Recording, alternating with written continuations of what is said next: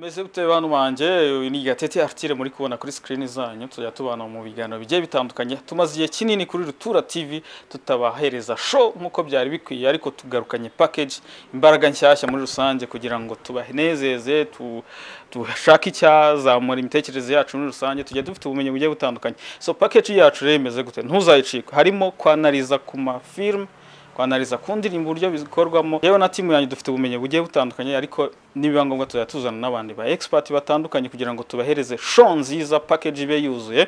Ikindi kandi tuzadufitemo challenges, hazemo ama battle time aho dushobora guhuza abantu babiri bagahangana. Twebwe nka timu ya Rutura TV tukareba uwatsinze tukamuhereza igihembo. Ushaka kuba ugiye kurya inkoko mukarushanwa, utsinze yanayiriye tukamuhereza igihembo.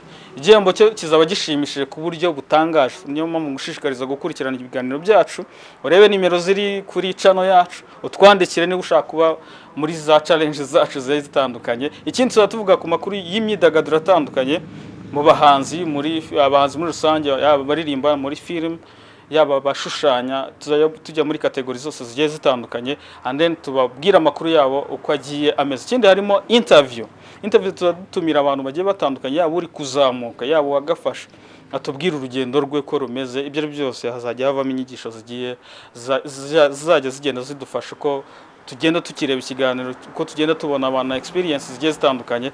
Ndabizi neza ko twese tuzagira icyo dukuramo.